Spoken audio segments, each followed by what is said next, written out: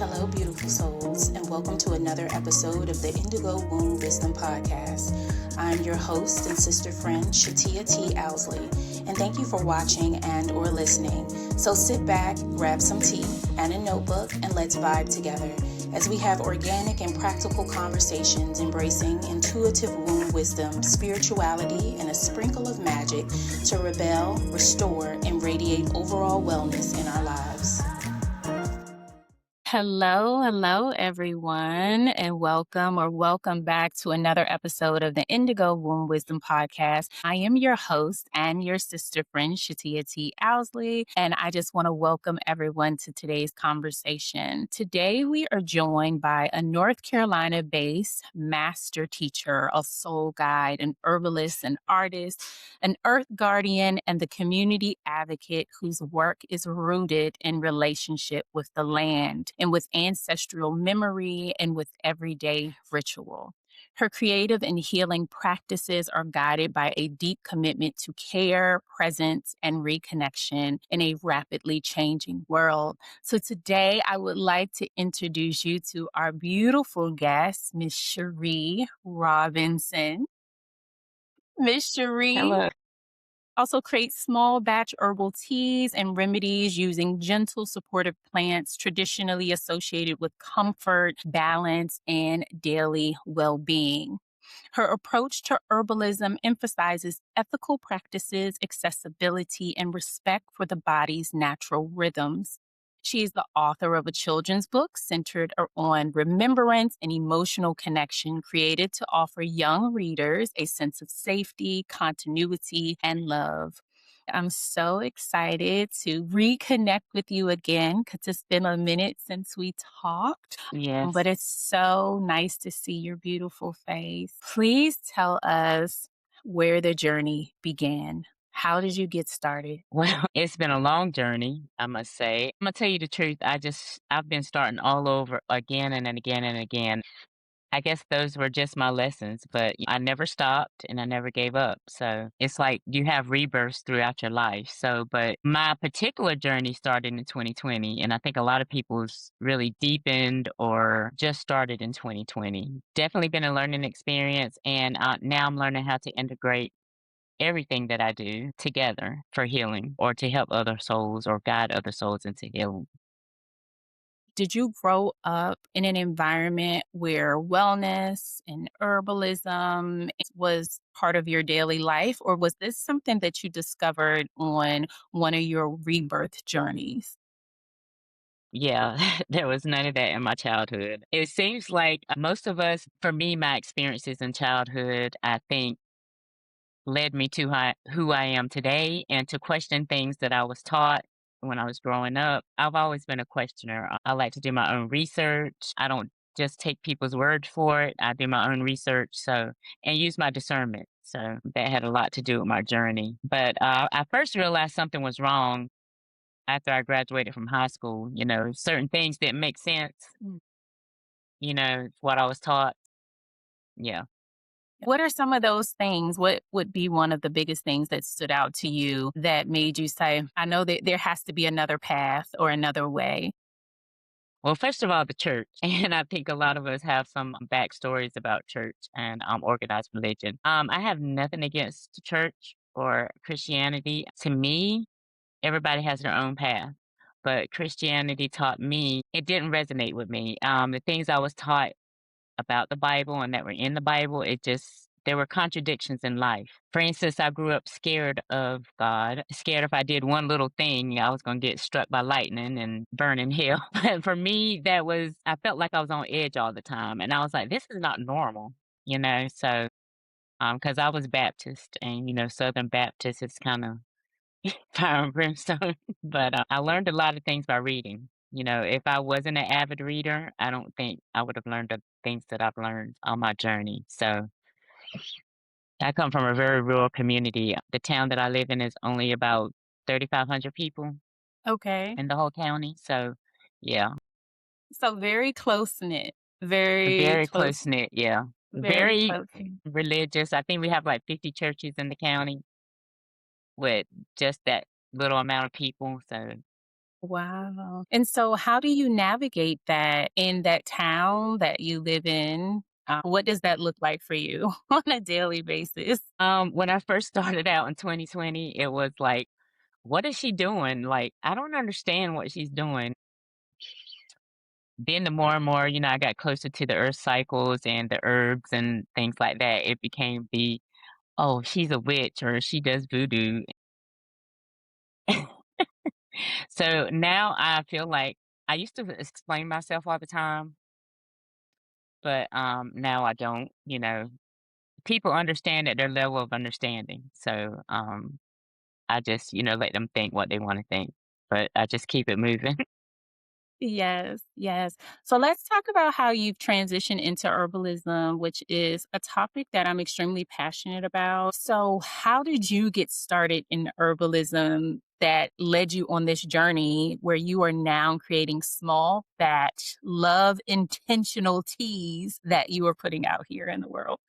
Well, I'm gonna tell you the truth. Like I said, my journey was a long one, but it started out when I was working for the National Wildlife Refuge.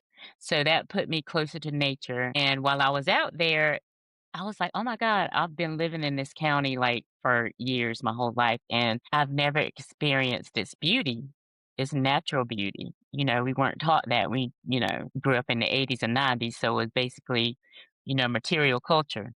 And it just being out in nature, it just dawned on me that, this is so important and how we treat the earth and things we do and the cycles of the earth. We're all connected to the earth. And that's how it started from the refuge. And ever since then, I've had an appreciation for the earth and herbs. And it actually started then when I started researching herbs and things like that. And I actually mentor my kids for a science, it's called Science Olympiad. But anyway, it was on invasive species and they won first place in all the categories.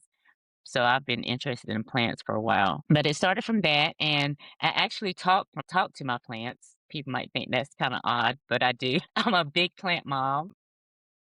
And my relationship with plants is just it's just been close, and I don't, know where that interest came from because nobody in my family's done it but me. So I'm thinking it's ancestral maybe because, back in the day, we used to have to depend on the plants for medicine, so but, yeah, I learned a lot about how, rosemary in particular was the first plant that resonated with me spiritually, physically, and all my teas and salves and herbs and stuff. But, yeah, that's the background. Yes. No, I don't think that I'm going to touch on a couple of the points that you made. No, I don't think it's wild or crazy that you talk to your plants. I think maybe if I talk to my plants a little bit more, they would actually stay alive, maybe. I do not have a green thumb at all. I cannot tell you how many plants my dad has purchased for me, and I only have one plant that is still living that it is holding on, and it's like, I don't even remember the name of the plant right now. It was over in my little window over here, and it's thriving, and I'm like, "I can keep my kids alive, and they are doing good, but I can't keep a plant alive to save my life," okay? So when you say, "Well, maybe it's ancestral," I was like, "Well, were my ancestors doing a little bit something different? Maybe it was somebody else working on the plant side, because clearly I am not getting it together," which is so funny to me. My mom cracks up all the time and she's like, "How are your plants doing?" I was like, "Girl, I'm down to one plant." She was like, "Lord have mercy." I was like, "We gonna see how this one goes. We gonna see how this goes." I have to take that back. My grandmother did do a lot of planting, but, it was funny. She never used herbs, but she did do house plants, but it wasn't herbal. Yeah, you keep nourishing that, it will come to you. You just gotta see how the plants behave. Sometimes I have to move my plants because they don't like this spot. When I'm walking by them, I'm checking on them like, "You okay?" But you mentioned rosemary. So let's just dive in a little bit about why you fell in love with rosemary, some of the spiritual properties of it, and how people can use rosemary. I used to make candles. I started back in 2020, and I did really well, but I kinda got away from what my intentions were. with my candles because they were intentional candles. And, people want like to smell good and stuff. 'Cause all my candles were herbal candles. So they had the aromatic smells, like you were saying, through herbs. Yeah, rosemary is one of my favorites. It's one of my first herbs I learned about. And yes, you can do more with it than just put on chicken. It's a good protective herb. It cleans the air, just like sage. You can burn rosemary. Because it stays green all year round. So it's like, what else? You can use rosemary for your hair. It's good for your hair. It's good for your brain. They said it stimulates your hormones in your brain when you smell it. But mostly I like to use it, like you say, in my simmer pots, and I love to use it in my hair oil that I made. And I love to burn it for its purification properties. So it's a really good plant. It's really miscellaneous. The way your house is, lifted and the Yeah. way you just feel lighter, Hmm. just removing all of the tension. And I think the interesting part is really to watch the smoke and to watch to see in what areas and what room the smoke is thicker and where Hmm. it's not as thick. There's always a deeper meaning in a story, and I'm always here for it. Yeah. A deep conversation, even when Yeah. there are no words involved. Right. I love that. I don't know if you notice, but when I burn sage, I can tell when the energy's clearing. I don't know, I get goosebumps, so Mhm. I could feel it. Yeah, for sure. And I think also really finding alternative herbs that we can burn for purification and for protection and Yeah. cleansing, especially since sage is Yeah. overly used and in some ways disrespected and Mhm. appropriated. If we can Yeah. find other herbs that we can use that are just Mhm. as powerful and potent to clear the energy is a great thing for, us as people, but also as the earth and just Yes. ensuring that we're loving and pouring back into Mhm.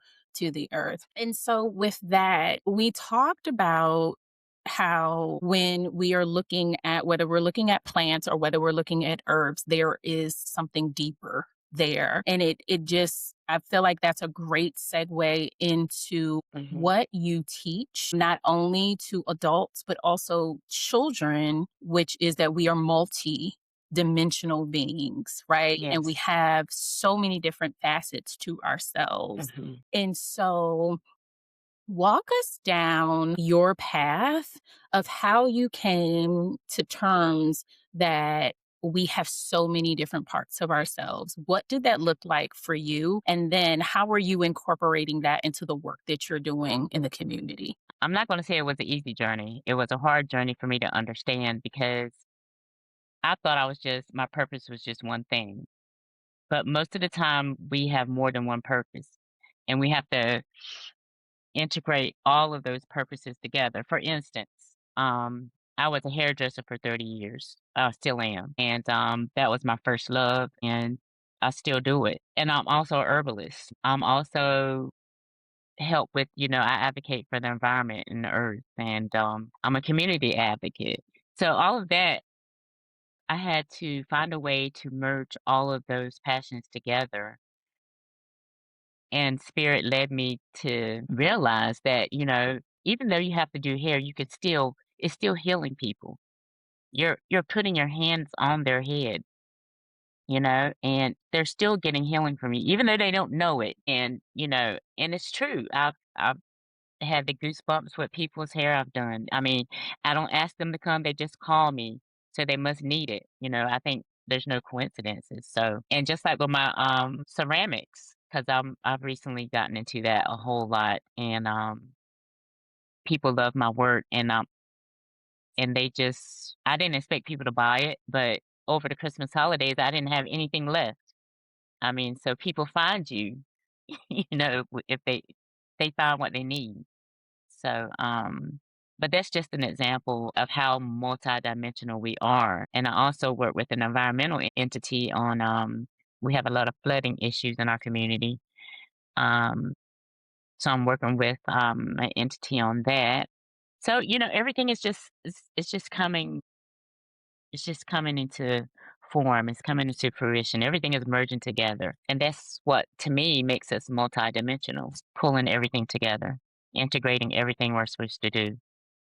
So, when you're working with children, what are some of the things that come up when you are helping them or just listening to them about being multidimensional? Well, I have conversations with my 10-year-old all the time. I homeschool her and I have 2 adult children, but I think for me, she reminds me to always stay in wonder, to always be childlike. Mhm. And like she does the same thing your son does. She helps me stay present and helps me slow down. But she's very wise. I mean, when it comes to something that she's doing or what somebody said to her, she'll be like, "Mommy, I don't really care what they do. If they're being mean, she just seems like she's been here before. She just lets it, I'm not gonna let that mess up my energy. She just lets Mhm. it." Yeah. She's that type of person. I was like, I wish I could be like you. That mama bear comes out and I'm like, Mhm. but I did teach her that though, because my mom taught me that, and I just realized that the other day. She always used to tell me, she was like, you may have some people that wanna fight you or don't like you. She said, "Whatever you do, do not." She was very adamant about nonviolence. Mhm. So, and when you're in school, when you don't say anything, they just pick on you more. So, but I understand why she told me that though, now. Mhm. I love those little moments that spirit speaks through our babies to Mhm. remind us, and it's always what we need in those moments, even when they don't know all of the big emotions we're experiencing. But I'm a firm believer that although they may not always have the language or they may not fully, let's say, comprehend the vastness of what we as adults may be experiencing, I think that ultimately on their level they understand that the energy is off, and that's all they need to know, Yeah. right? Yeah. And that's when they step in to remind us with those little moments, hey, you're walking too fast. You need to slow down. Pick up this pine cone. We have like 50 pine cones at the bottom of this stroller. But, Yeah. but it's in those moments. It's in the moments where they come up and they just give you a hug and you're like, Mhm. you didn't even know I Yeah. needed that, but clearly you Yeah. knew that I needed that. So thank you Yeah. for that. My Um, daughter still does that. Yes, yes, yes. Mhm. My boys as well, they do the exact same thing. And so even in the midst of them living their own journey and their own path, one of the things that I continue to remind myself of when speaking with them and watching them is that their purpose is not my purpose. Mhm. Their path is not my path. And that as much as I can teach them, I feel like they're teaching me a lot more, you Mhm. know? Mhm. I was So very like that too. I was very with my oldest 2 kids, I was very adamant not to push my expectations on them, mm, to kinda guide them, to let them be who they were, you know what I'm mhm, saying? Because sometimes our parents can influence because I remember when I was younger, my grandmother wanted me to be a teacher or a nurse, and I didn't wanna be those things, I wanted to do hair. So, I some kids would have listened, but I didn't. I chose not to at the time, but I did eventually go back to college. I was like, I was too emotional. I knew if I was a nurse that it would disturb me more mm. when stuff happened to people, because I feel stuff very strongly. So I wanted to help people, but not in that way. But I think the way that you help people by being so close to them, by doing their hair is extremely powerful. I think Yeah. when you are in an environment that is safe and healthy and people feel a calming presence, which I feel that you have. I still see that fire in you, Sherry, though. I see Yeah, you. yeah, it's simmering beneath the surface.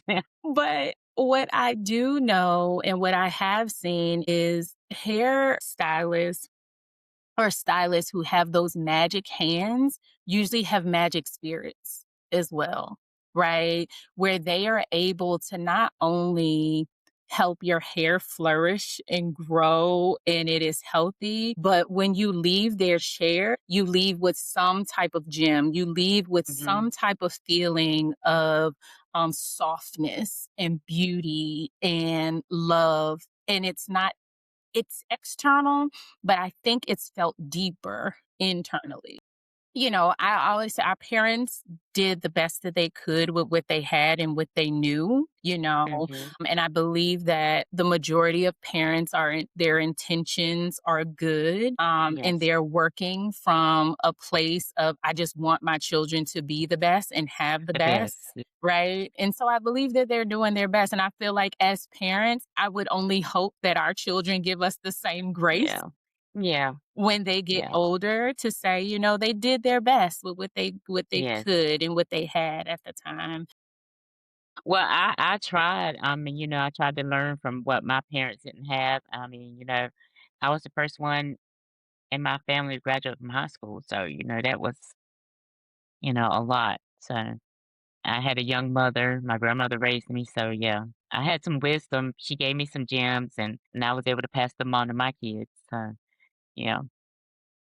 Let's talk about this children's book since we're still talking about our babies. What inspired the creation of this book, and what is the book all about? Well, it inspired me to write this book because I think our children, how can I say this? Our children we just need to teach our children to other ways, because I see so much suffering and, kids, with all these shootings in school and stuff. We need to teach them how to be emotionally stable, and this helps them stay grounded. And I don't know how else to describe it, but that's what inspired me. And plus my kids, I wanted to teach my child whatever you feel pulled to or what resonates with you, let's nourish that. Let's help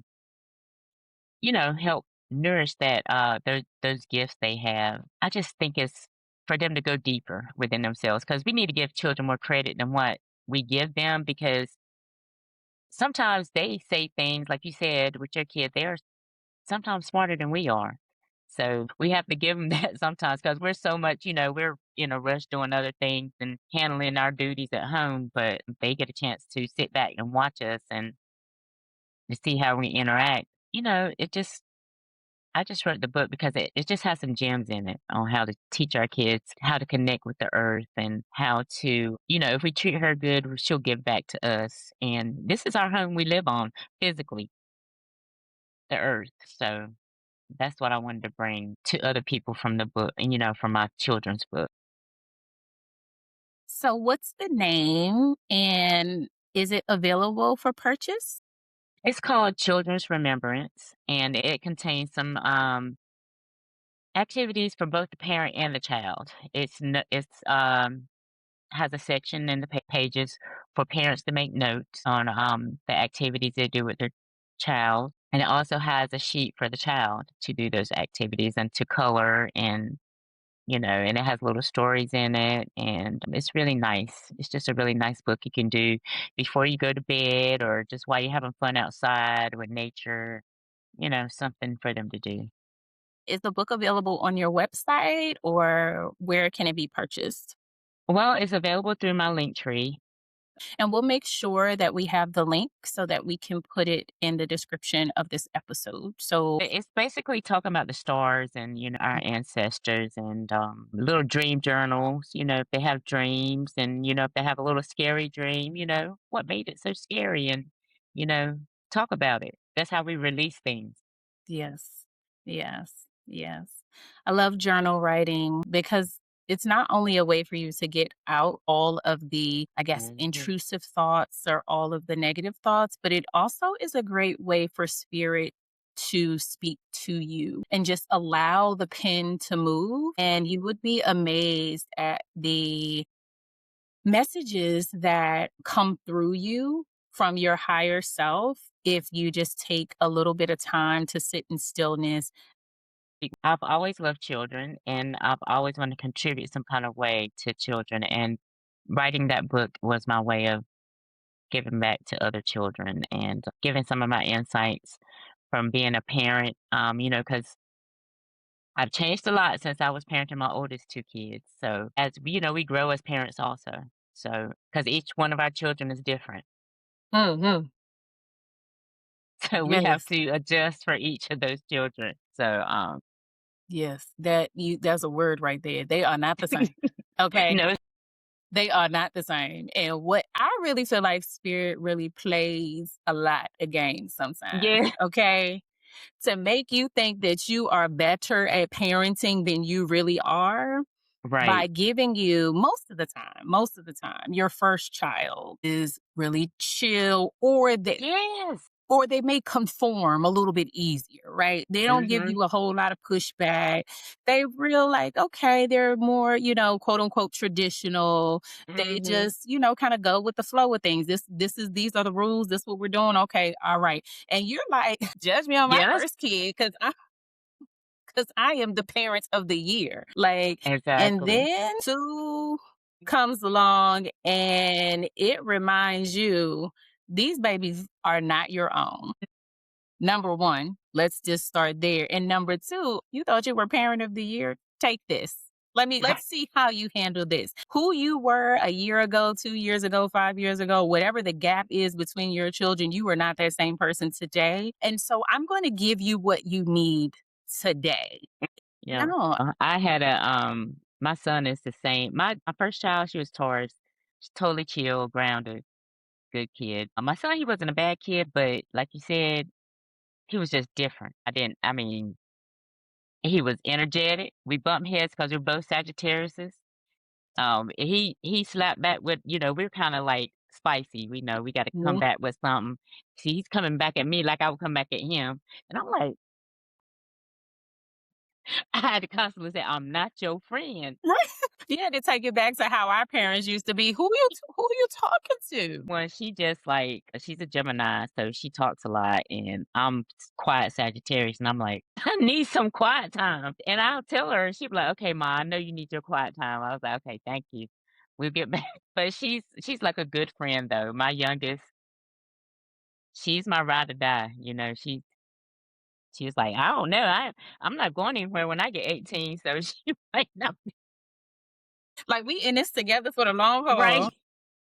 So we'll see. I was like, you might not say that when you get 18, but we'll see. Right. Yes, I love it. They are truly gifts for sure. I do feel like my youngest is here to help me to be bolder Yes. and to really just go out and try all the things. I believe me and my children now are closer than ever. Mhm. A lot of people seem like they grow, or when the kids get older, they grow apart, but Mhm. me and my kids are really close. Yeah. I would have to agree with you with that. My mom and I are BFFs. Like, I do feel like I'm raising my mama now. I'm like, where are you?" She was like, "Stop checking my location. My mom does the same thing. You my mama. You supposed to be answering the phone when I call." Mhm. And she was like, "Girl, what do you want?" So my mom was just like, "I am grown." I was like, Right, "Look, you didn't tell me you was going out of town last right, weekend." She was like, "I did." I was like, "No, you didn't." right. I was I like, would "You have gotta tell me remembered where that. you I at." would have put that in my calendar so that I was like, "Look, long as you was with pops, you okay." right, So, right. Yes, yes. I am the same way with my mom. We are locked in. We grew up together, my mom and I, and so we are riding tough. I love that lady. yeah. I love that Yeah. lady.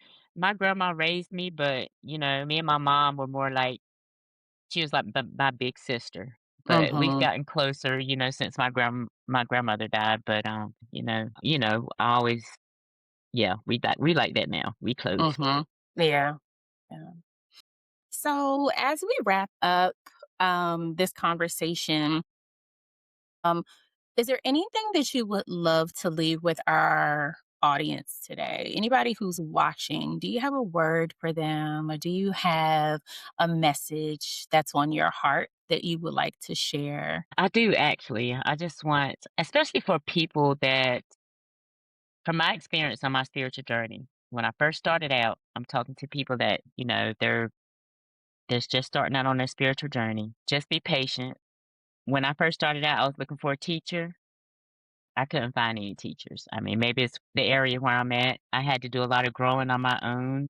And I think that's what the universe wants us to figure out our own way. So, just use discernment. Everything you see is not true. Just use the information that resonates with you. And everybody's journey is different. Your journey is not going to be like somebody else's journey. I had to learn that the hard way. My journey is not going to look like my Reiki teacher's journey, you know?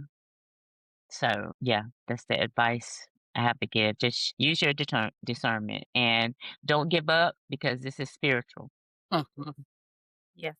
Yes. How can people find you? How can we support you? Drop your socials. What's your link tree? I'm just let you know that tea is the bomb because, the flu was raging over Yep. Christmas. Everybody I knew had the flu. So my cousin, her family had the flu. It went through them, and she said she drank my tea. She was good in 2 days. Mm. So it's worth it. And all my remedies, tea, my family is tried and true because I try 'em on my family and myself Yeah. before anybody. So no worries in that department. But my website is www.willowandstoneapothecary.com. I'm on TikTok under Willow and Stone. I am on YouTube under Sherryreed Robinson, and I'm also on Facebook at Sheree Woodley Robinson. And Instagram is also Willow and Stone. Awesome. We'll make sure that all of your links are listed in the description of this episode when we drop it on YouTube so people can reach out to you and learn more about you and the work that you're doing. But before we go, there's always one question that I ask our guests before we sign off for the day. And that is, with all of your lived experience and everything that you have been through, what would you tell little Cherie today? What would I tell little Cherie today? That everything turned out okay because I was a worrier. Yeah. So I like that. yeah, and you know what? And to also tell her that sometimes we don't have to control everything. Okay. To just go with the flow. Girl, look, pick up them acorns and them pine cones, okay? And listen to these birds out here. Slow down. Slow down. Exactly. Yes, I love it. Well, I want to thank you so much for your time. I want to thank you for your wisdom and just your spirit. Send me some good juju over here, Cherie, because I see your I plant will. over there thriving in the You back. see? I'm trying to get my plants to look like that, okay? I got five little leaves over here. So when we check in again, we gonna see where we are. But I just want to thank you for your time and thank you for just sharing your work with us today. Thank you. And so, with that, we are signing off and we will see you in the next episode. Peace.